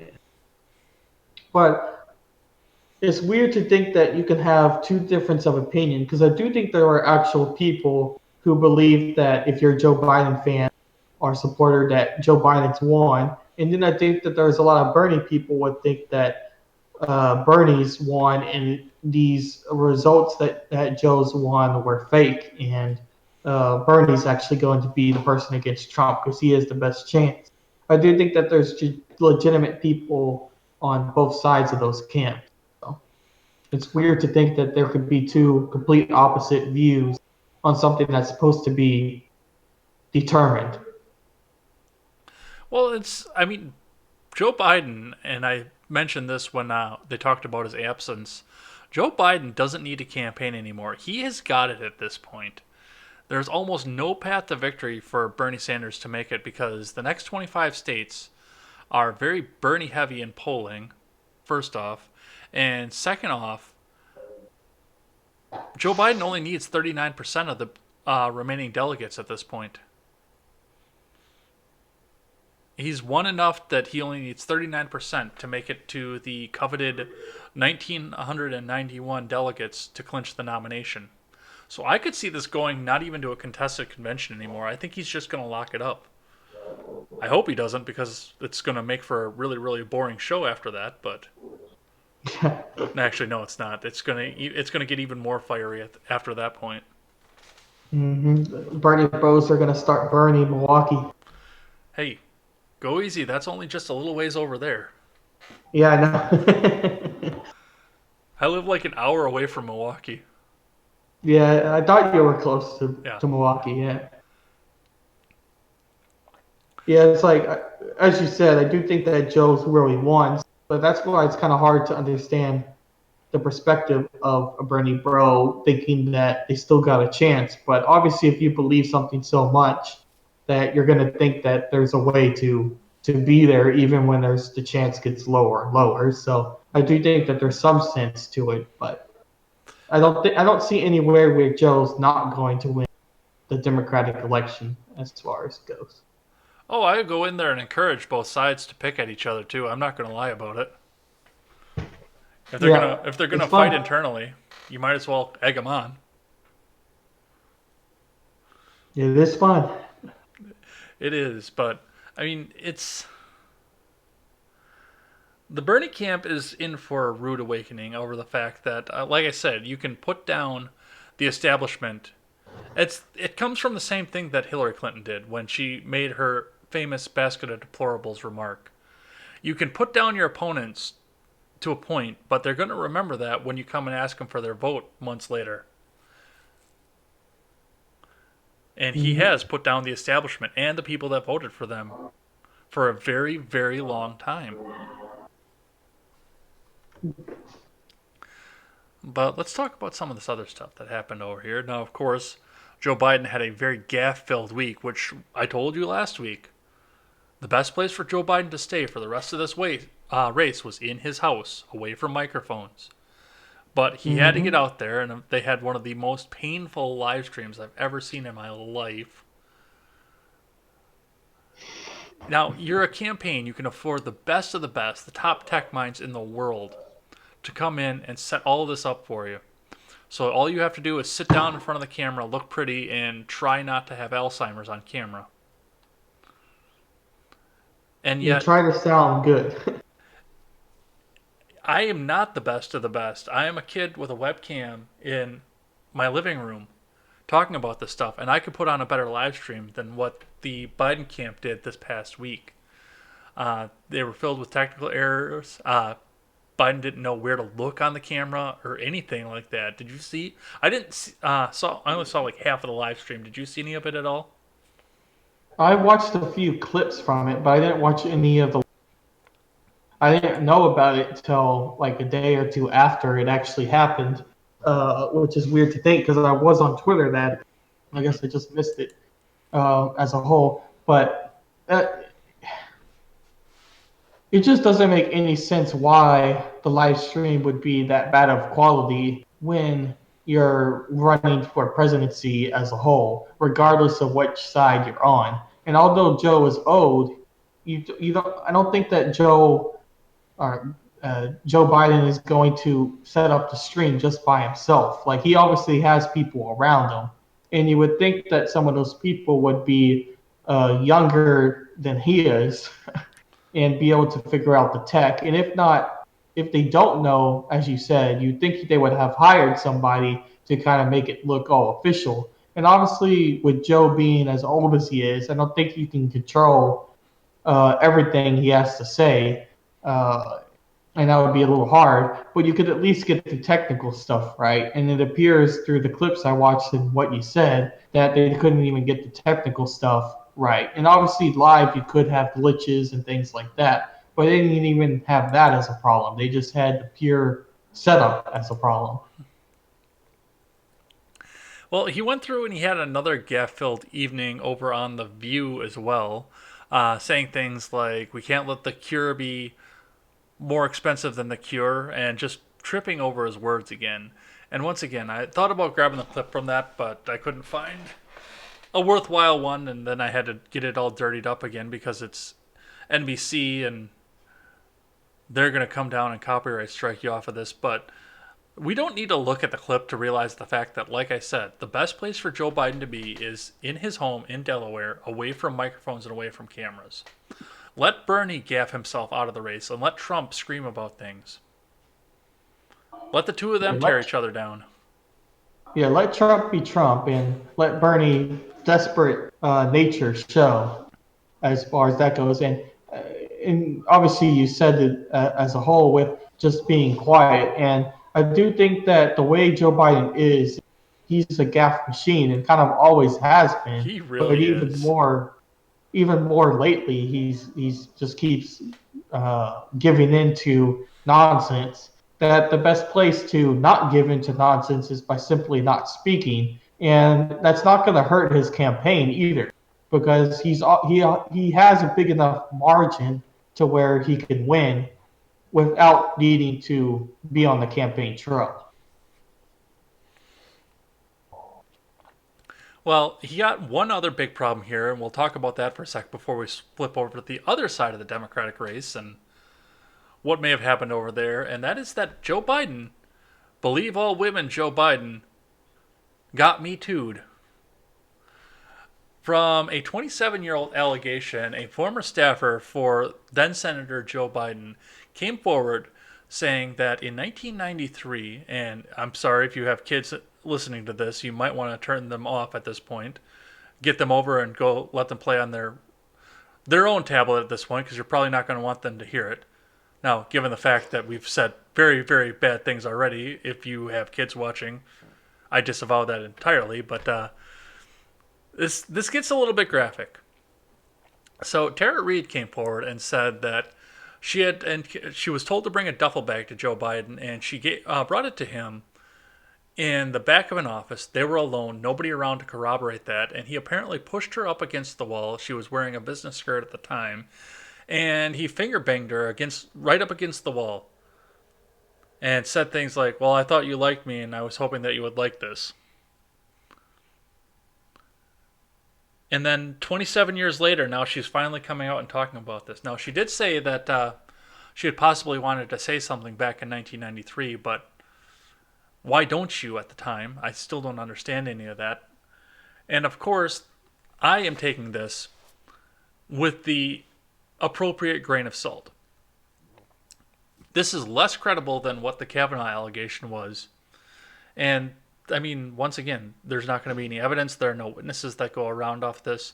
And you're probably feeling the same way. You're taking this with the appropriate grain of salt. But Joe Biden has been on camera saying that if a woman comes forward and makes an allegation, you have to believe her, and it must be true. So I don't know how he squares the circle at this point. And the bigger problem I have with this is that no mainstream coverage has come out of this at all.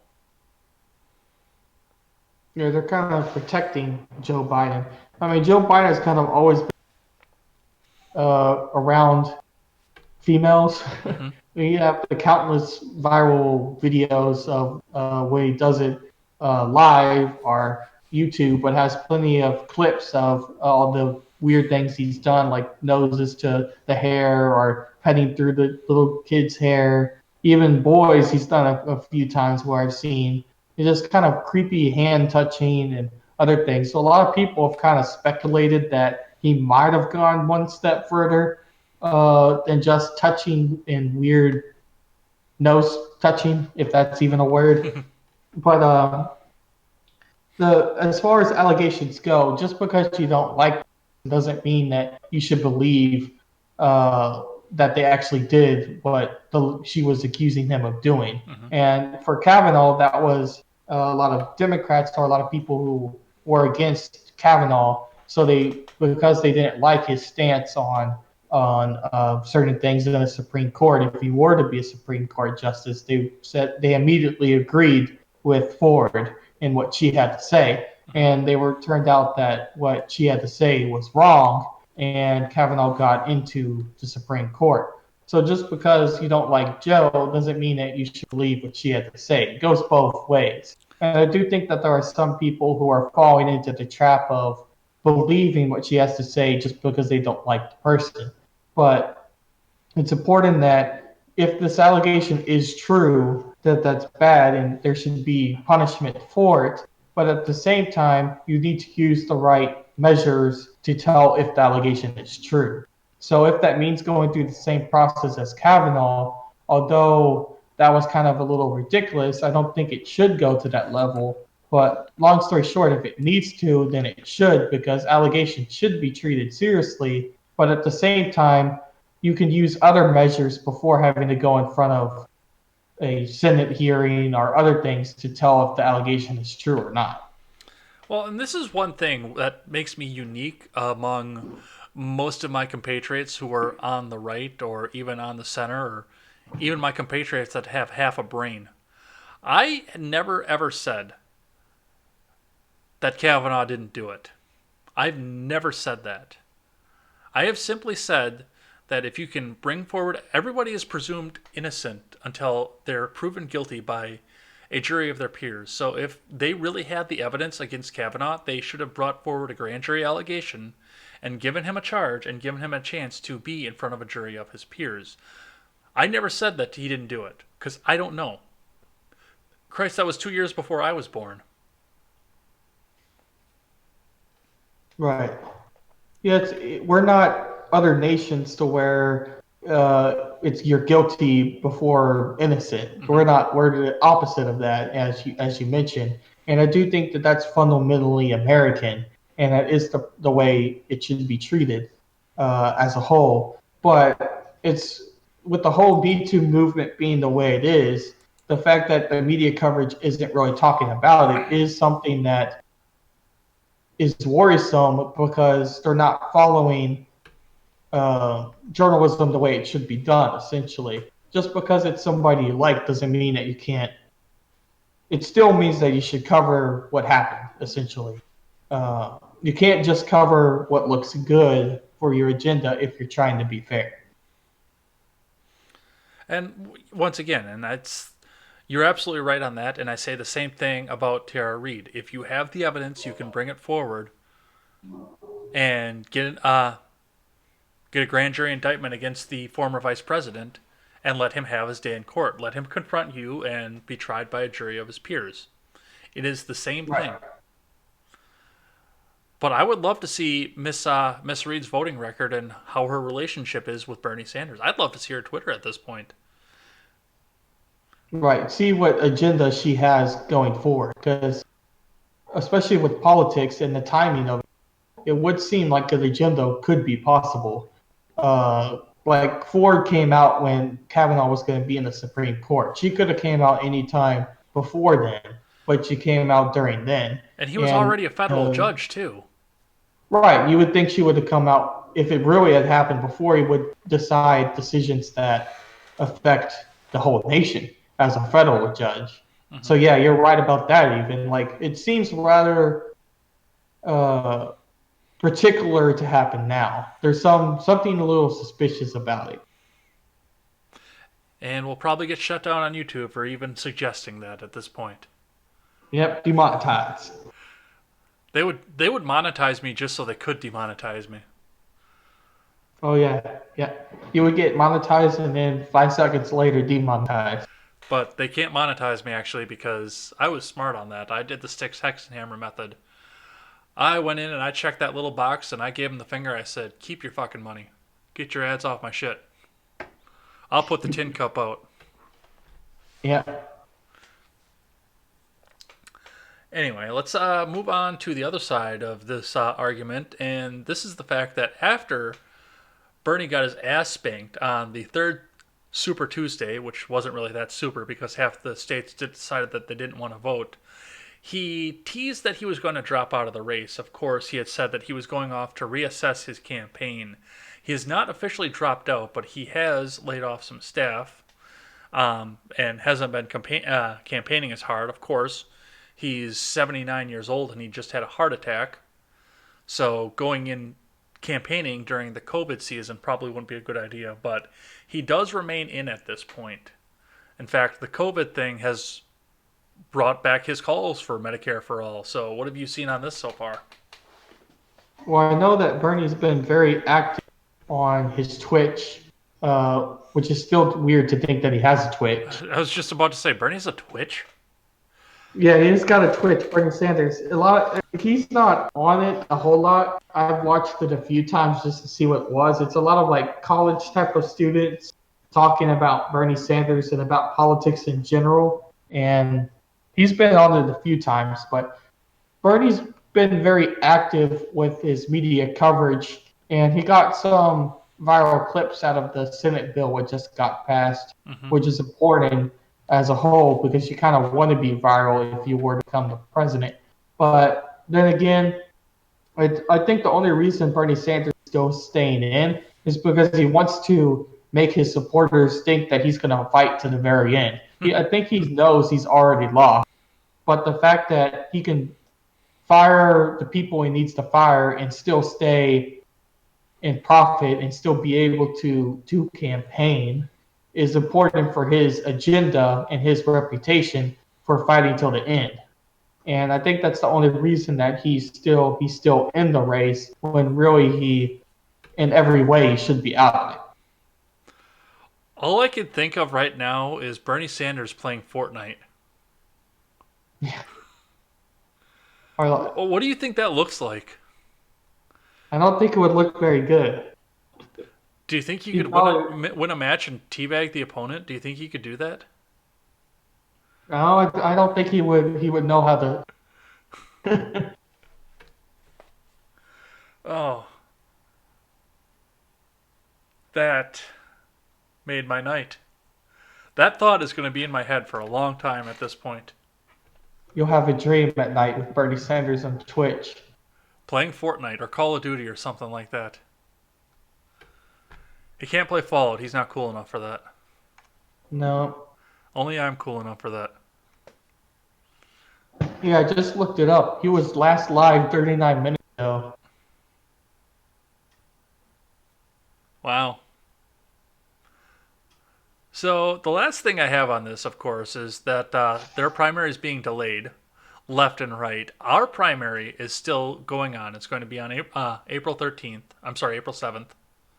Our primary is still primed and ready to go, and I do plan on going in and just for a laugh, I'm going to vote Bernie in the Democrat primary. Trump's already clinched it, so I don't need to go and vote for Trump, but just to throw an extra monkey wrench in there and make sure that the Bernie bros get their heart on and think that they're going to win, I'll throw one in for Bernie just for the discourse, just for the lulz. But yeah, I mean, all kinds of other states are doing that. What happens if this goes in through the summer and some of these primaries have to go out past where the Milwaukee DNC is supposed to be? Which that's supposed to be in June. I know Ignoramus is planning on coming up here, crashing on my couch so we can go over there. Yeah, to do his live stream events he's done before, I assume. We'll probably both be going because I put Streamlabs on my phone too. Oh, yeah, that would be good. But as far as elections as a whole, I do think that there's a strong possibility the entire election process could be delayed, not just including the Democratic elections, but the primaries as a whole, with Trump versus probably and most likely Joe Biden. And with the coronavirus being the way it is and the uncertainty of the whole thing, you can't say for certain that that's going to happen. But I do think a lot of people are being erring on the side of skeptic, and it's not going to happen when it's supposed to happen. And obviously, that delay could have some effect on the result. But we're talking about something we don't know for sure. And that's the whole thing with the first hour in coronavirus is we don't know exactly what it is and how it's going to affect things. Like I said, I know I'm going over. I'm going to vote for him, but yeah, that's going to be an interesting thing to keep an eye on. And of course, everybody's going to cry foul if they start to see more and more of these primaries delayed because it's just a tactic. And a lot of people have suggested that Bernie should just get out because he's so far behind. And if he gets out, then they don't have to have the primaries at all. What do you think about that idea?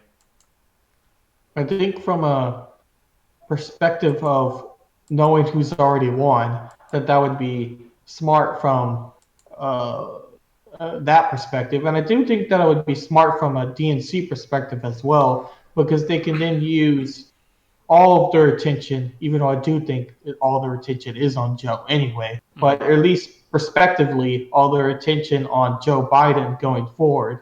Because right now they have two candidates, even though DNC is going all Joe and not Bernie, it still looks like there's two in the race, and Bernie's treating it like there's two in the race. So if Bernie were to quit, I do think it would help out Joe Biden and the Democratic convention as a whole because then they look stronger in having just their candidate and their guy Mm-hmm. going forward.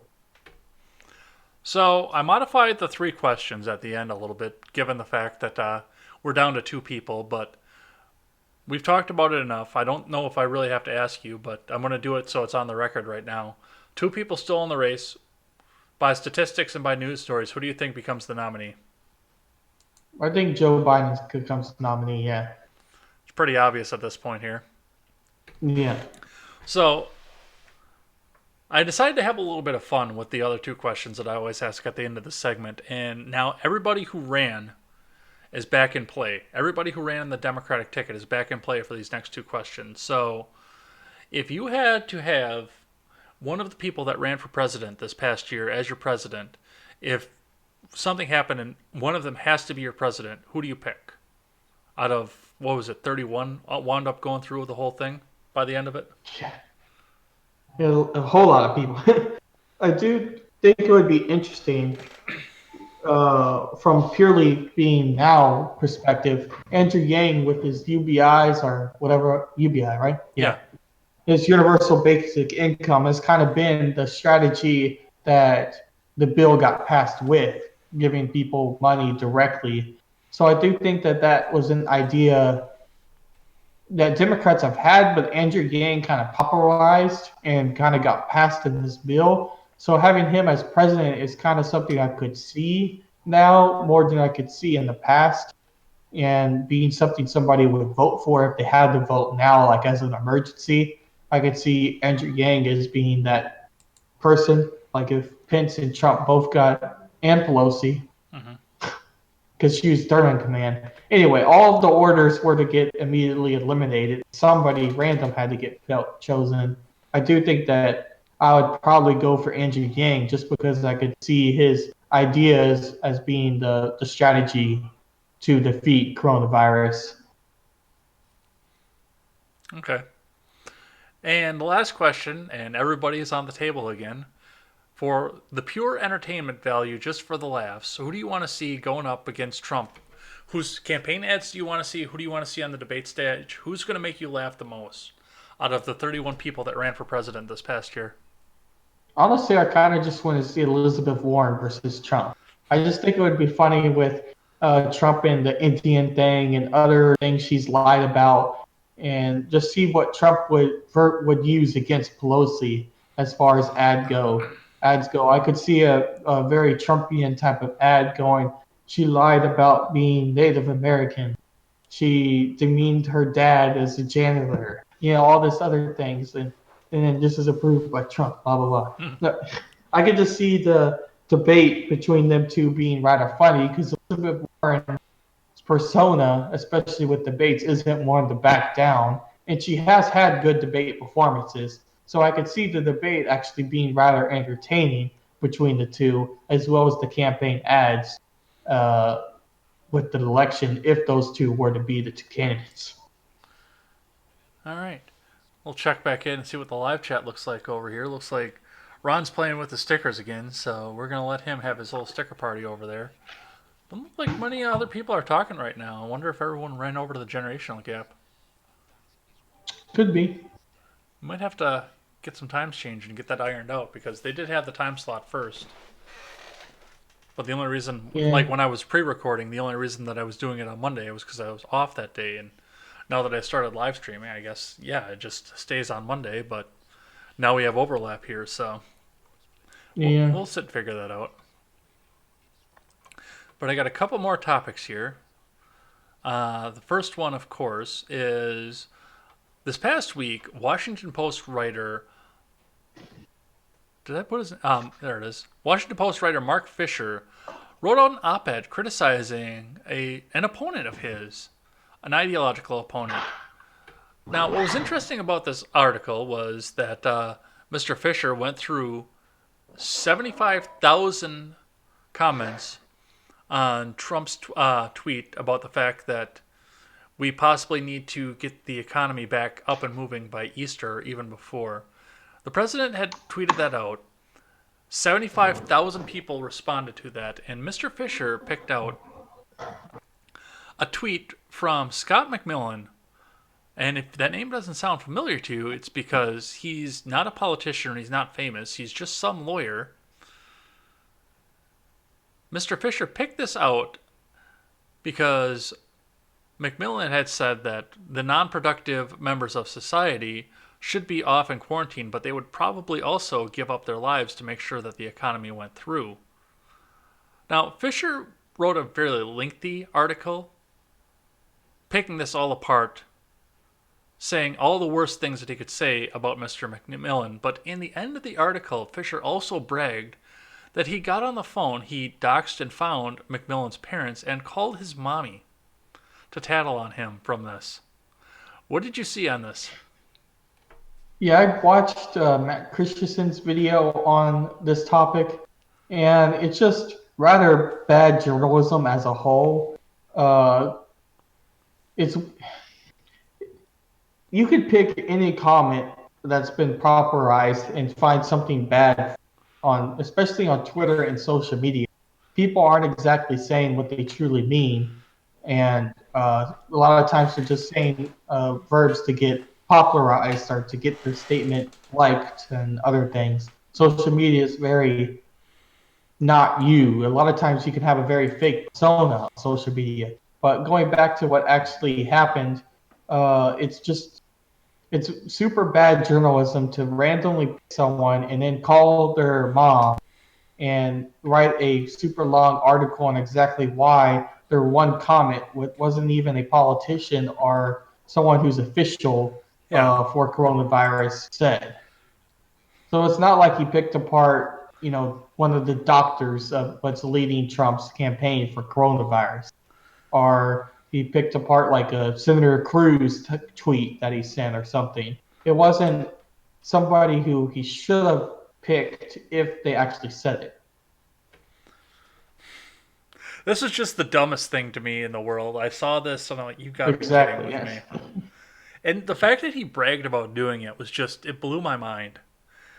And Christensen was nice enough to leave the archive link for Washington Post so I didn't have to give WAPO any of my money or ad views. And I did. I read, it's a very lengthy article, but I read the entire thing back to front, and oh my god, it was craziness. Yeah, I didn't read the article, but I listened to the video. I talked to my mom. That's a thought experiment you should have, especially getting to the fact that you're getting more of an online presence at this point.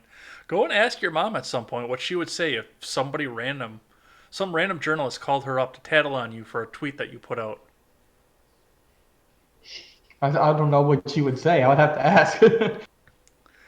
My mom was a little bit blown away by the question, and then I explained the situation, and I mean, my parents, my union working parents, are politically quite opposite to me at this point.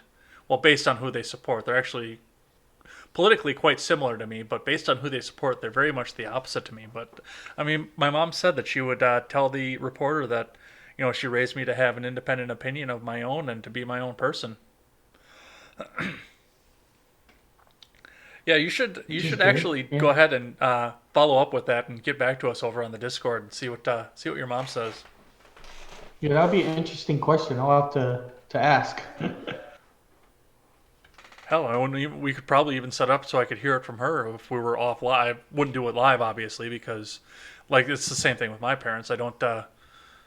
My parents don't want to have the recognition that I have. That's why I leave my last name off everything. But yeah, it is amazing the fact that this guy did this. And of course, the reasoning behind this was Mark Fisher did give the reasoning that Macmillan's parents were in the non-productive bracket that he was talking about. They are both retired, 71 and 73, I believe the ages were, retired and non-productive members of the society. And both of them backed up what Macmillan had said.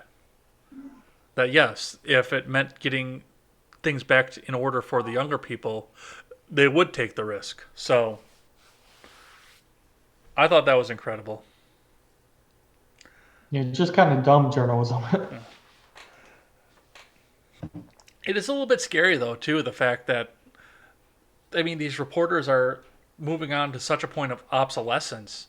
The mainstream media is moving on to such a point of obsolescence that they're going to do something like this as well. And they Yeah, have the the fact power to that go it got back and approved, what's that? the fact that it got approved is just kind of worrisome It's more because worrisome you the you fact think that you had to go through the channels. yeah, it's more worrisome the fact that they have the access to the that information. Mm-hmm. And once again, I'm not talking about a regular media personality.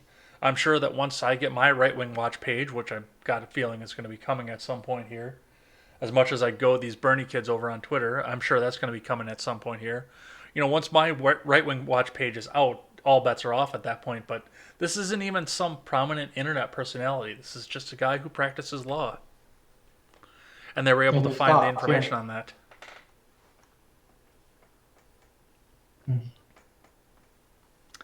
That's what I got on that. You got anything to add before we move into the last topic here? No, I don't think I have anything really to add. Privacy in general shouldn't really be exploited in journalism unless if it has an absolute need to be. And I don't think that that's an absolute need because then, as I've said before, it's not like it's somebody prominent who said it. It wasn't President Trump or Mike Pence or somebody who, if they were to say it, it's very important that it gets talked about. It was just someone random, and the fact that they were able to use that information and find where he lives and obviously his parents and things is just wrong to do and isn't something what should have happened. Well, we're going to leave it at that here. The live chat hasn't moved yet, so we're going to go right into the last topic here because we're running up against the clock as well. So the last thing I have here is I wanted to talk a bit about the oil war that's going on because nobody else is talking about it. And I try and do this at least once a week on my solo show as well.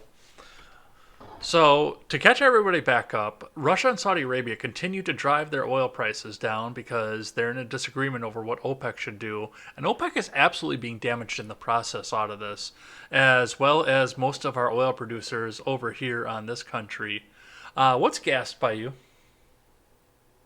The price, Yeah.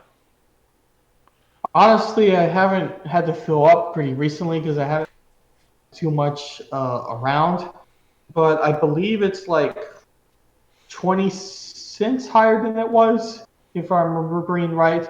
And I can look at the price actually just to see, Well, while you're but doing I that, I'll don't get know the graphic up offhand. from Wisconsin, but I'll also tell you what I filled up at the other day. So this is, while you're looking at that, this is Wisconsin prices from Gas Buddy as of today. Ole and Lena's fuel depot up in Watoma, which is a considerable distance away from here, is at 95 cents a gallon. The Casey's and the BP in the same city are at 97 cents a gallon. The Quick Trip is also at 97 cents a gallon in the same city. And closer to home here, the BP on Center Street and North 4th Street over in Milwaukee. In Milwaukee, of all places, it's at $1 a gallon right now. I have a 33-gallon tank in my pickup truck, and I was getting down to the point where the gas light came on Saturday, So before I went on my trek over to one of my other stores on Saturday, I filled all the way up at $1.19. 31 gallons at $1.19 each. I never thought I'd see a full tank of gas for under $40 anymore. What do you got for gas by you? It's saying $1.29. Did you ever think you'd see that in your lifetime? Nope. Gas was higher than that when you were born. I know, because that's the year I got my driver's license. Yeah, that's the year you had to start paying. Yeah. Well, I've been paying before that, but we won't tell the Well, local yeah. law enforcement of the small community I grew up in. They had more things to worry about. Let's just say that was the year it became legal for me to drive. Let's say that. But yeah, I mean, it is. I think when I got my license, it was 171 a gallon. And think of that's 16 years of inflation on top of everything else. I'm sorry, that's 20 That's years of pretty. inflation on top of everything else. Yeah, that's pretty expensive. Yeah. So yeah, I mean, these are the lowest gas prices I've ever seen adjusted for inflation. Well, they're the lowest gas prices I've ever seen in general, but once you adjust for inflation, I mean, they are through the bottom. What do you think this does, given the fact that nobody's driving anywhere and the fact that we don't need all this gas right now? Yeah, that's kind of what I was thinking about when I saw it yesterday. Was that I was thinking, though, how much have I actually driven? And it's like I used to drive a couple of places a day besides work, and now I'm just driving to work and back. And occasionally I'll drive to like one other place here and there to get something or to pick up something from the store or other like side errands. And really, those side errands have kind of gone away since the coronavirus. So, as this last week, I'm really only driving to work and back as a whole. So I haven't had to fill up my truck as of yet, even though I'm close. When I normally have had to fill it up at least like 1.5 times. Uh, so driving as a whole has really gone. Like I know my dad, he's now working from home, Mm-hmm. and he hasn't really driven anywhere besides occasionally going to the grocery store just to get out of the house because of cabin fever and whatever else. So as a whole, the family hasn't really driven very, very much in the past. So I don't think that we are necessarily getting affected by it that much. But when we do refill, it's noticeable in the final bill that comes from the bank. Mm-hmm. Well, and yeah, I mean, think about this from the other end. Well, first off, just out of curiosity, and obviously don't dox yourself if you've got something like super unique or whatnot, but what do you drive? I drive a Toyota Tacoma. So you probably get, depending on the year, probably actually fairly decent fuel economy out of that. Yeah, I don't know exactly what the fuel economy is for the truck, but I know that on average I was filling up like once a week, which isn't really that bad. I know with me transferring stores and being only 5.5 miles away from work now, if I fill my truck all the way up, I've got a 2014 F-150. It's a month before I go back to. It's a month and a half before I go back to the gas pump. You live that close? Yeah, and Yeah. it holds that much fuel. That thing's got a huge gas tank. Yeah, I think mine holds like 20 or 22 gallons. It's something in that range. Or at least that's what I fill it with. I think I fill it before it's really fully empty, of course. I think I tend to fill it before I really need to sometimes. But I think it fits like 20 or 22, so it's probably like a 25-gallon tank Hmm. in the truck. So, and that tends to last about a week for me. Is that got a standard in it? Yeah, it's standard. Oh, you lucky. They don't make my truck in a stick shift anymore. They stopped doing that in Yeah. 2010. I miss driving Yeah, stick. they don't make too many stick shift cars anymore. That's for sure. I miss that a lot. But I do want to go back to the topic at hand on this on the gas war off of this. So truckers have got to be making some kind of bank off of this because their loads are probably still matching what they were when fuel was, what was it for diesel? 265 a gallon for diesel.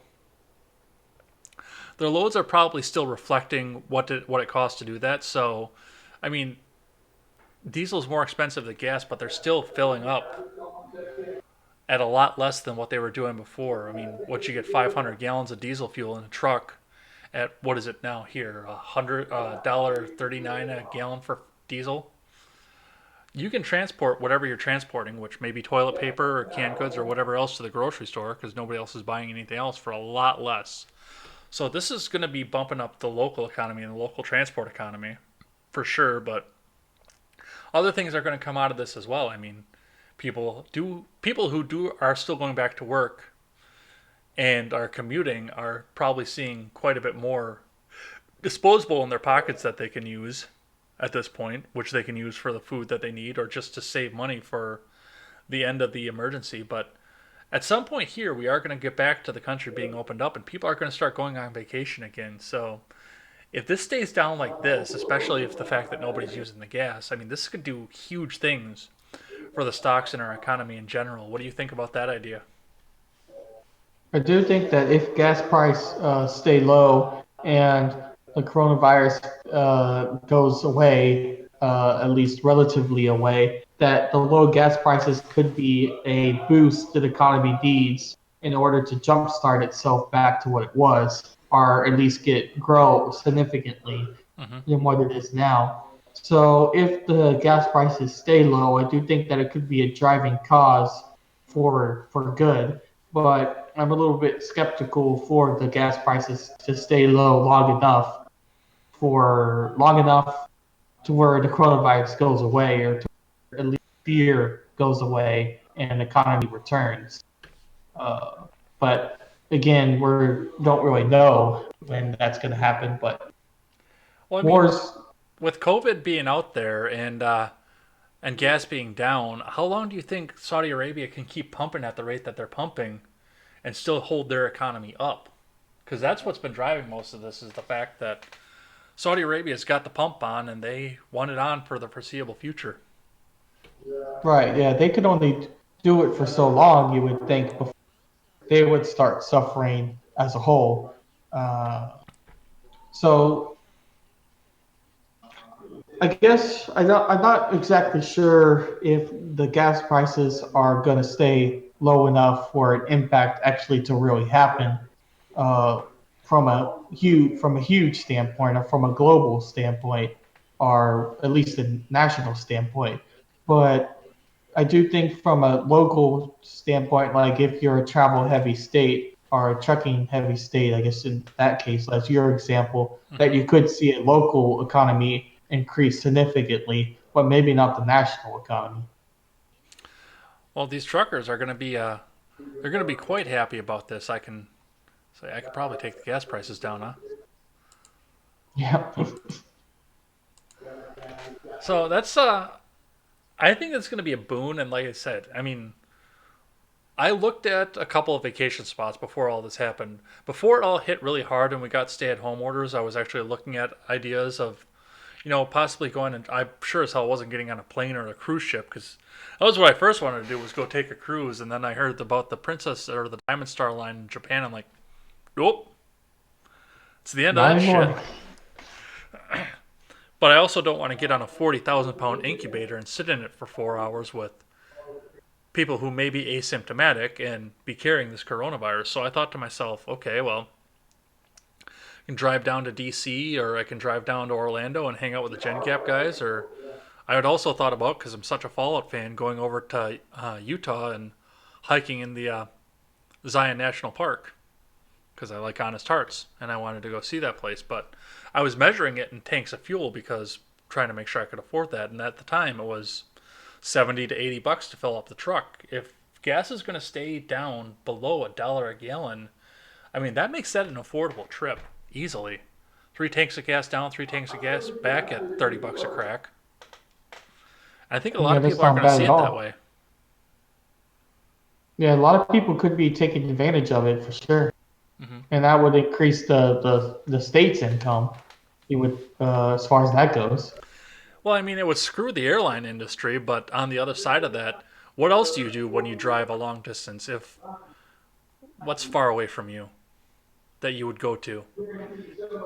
If you decided that you hated yourself and you wanted to go to Los Angeles for whatever reason and you wanted to drive there, you'd fly there pretty what from where you are, and I've got an approximate idea where you are. I'm not going to dox it, but from where you are to Los Angeles would probably be about 6 hours in the air. I would want to say sounds That probably sounds about right.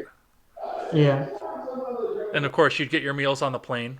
You'd probably stay in a hotel in Los Angeles. Then you get on the plane and go back. Whereas if you were to drive, it'd probably be a 24-hour drive or so. And what are you going to do on the way if you're going to drive that far? What else are you going to do other than gas? Eat. You're going to eat. You're going to Eat, probably yeah. stay one night in a hotel along the way. So you're going to bolster local economies as much as just bolstering the economy in general. Mm-hmm. So if we get to a point where it's a driving economy, that may be the boon that pushes the service industry back up from the fact that they were shuttered for 2 months. That actually may be an advantage of it if they can hold the gas prices down. Yeah, they stay down long enough for it to have. If they stay down long enough for it to have a significant effect, that's definitely going to change things. And I mean, I grew up on a tourist street too, or a tourist road, so I do understand what tourism does for the local economy, especially when people are just driving along a major highway.